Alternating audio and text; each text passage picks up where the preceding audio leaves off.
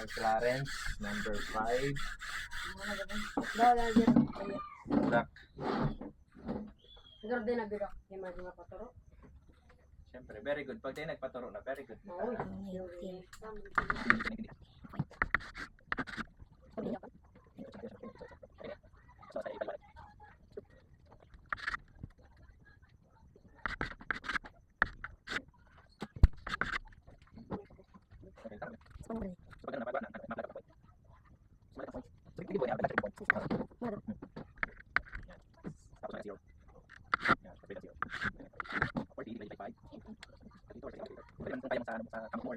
Pwede din kaya calculator.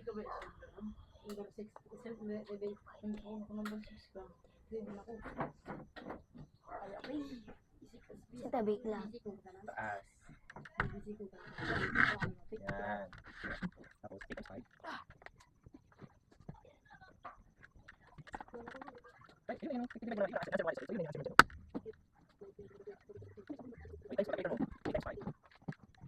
Wait, times 5.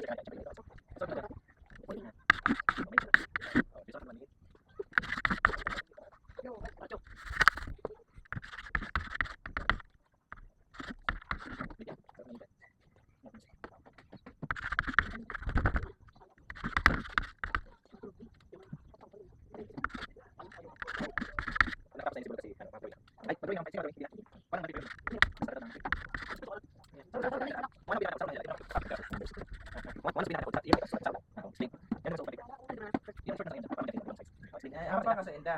Tanganin mo intindihan eh. O digi ka na. Ang pagkano mag-explain mo na diyan? Ha? Ang pagkano mag-explain? Kaya mo an para babasahon mo. Anong number ka nga ni? 5. Number 5.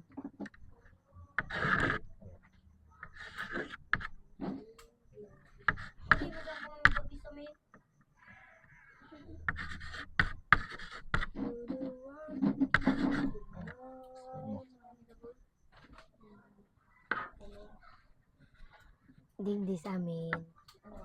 Ipa-plus ka niniga, boss. Okay. Ano mga numbers. Tapos, kung ano simbang digdi. Okay. Yung ilag digdi sa laog. Okay. Tapos bibilang niniga, boss. Tapos kung pirang bilang ka, yung ikakagay sa luwas. Okay. Tapos, i-divide min dua. Okay. Tapos kung ano man sa rikag sa taas. Okay. Tapos, So 19 divided by 5 5 equals equals to 3. 3 times 5. 3 times 5 equals to 15. Oh, 19 19 minus 15 equals equals 4. 4. So dahil wala nang malag na kang point. Point Pag naglag yung point sa baba, malag man sa sa taas. Tapos, Then, 0. Bring down 0.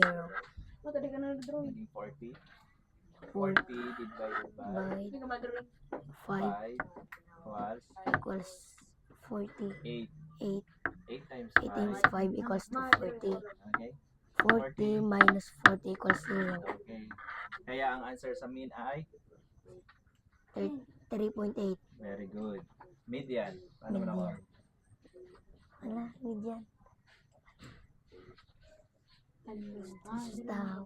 Okay, pag nagakuha kay median, anong tigibo? I-rearrange ang numbers from lowest to highest.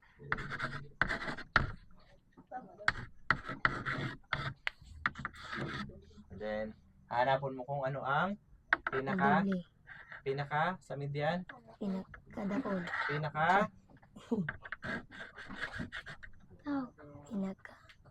Guman ka. Ay, pinakatao. Yan, sa median ang hanapon ang pinakatahaw. Kaya ang pinakatahaw ay 3. okay, 3. Hindi Ang man sa mode. mode.